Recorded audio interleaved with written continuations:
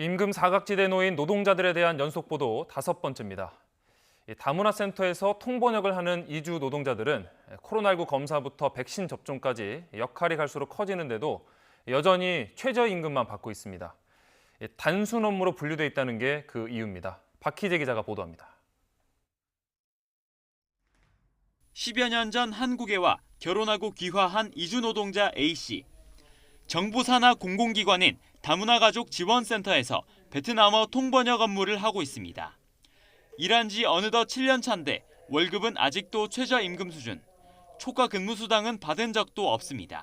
시간부의 수당이나 뭐 그런 거는 더 이상 못 받아요. 왜냐하면 처음부터 연초에 여가부에서 측정해주는 금액으로 우리가 매월 똑같이만 받고 있으니까. 다문화센터에서 A씨 같은 이주 노동자 출신이 하는 통번역은 단순한 업무로 분류돼 있습니다.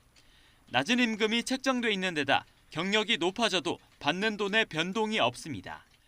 지난해 기준으로 다문화 가족지원센터 임금 현황을 보면 통번역 지원사 등의 평균 연봉은 국내 행정지원 연봉의 74% 수준입니다.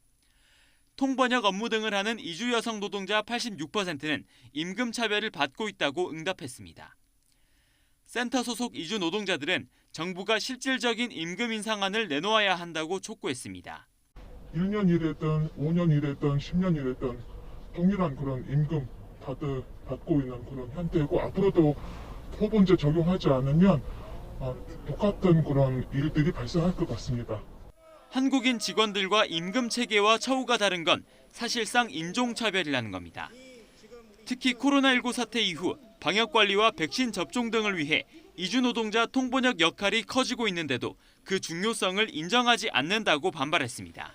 선주민들이 담당하고 있는 노동 강도와 다른 차이가 없음에도 불구하고 이주 여성 노동자들은 통번역사 이주하는 코치의 임금은 인건비가 아닌 사업비에 편성되어 있습니다. 이에 대해 여성가족부는 이 같은 처우 개선 요구를 받아들여 올해 다른 종사자들과 비교해 비교적 높은 3% 임금 인상률을 적용했다고 설명했습니다. 하지만 노조는 센터 예산이 부족하다는 이유로 임금을 올려주는 대신 상여금을 깎는 사례가 비일비재하다며 예산부터 제대로 확충하라고 꼬집었습니다. 가족수당 지급해주고 있는 걸로 이제 알고 있는데, 저희 센터에서는 저한테 가족수당을 주지 않고 제가 몇 번 여쭤봤는데도 계속 말을 돌려서 지금 예산이 없다.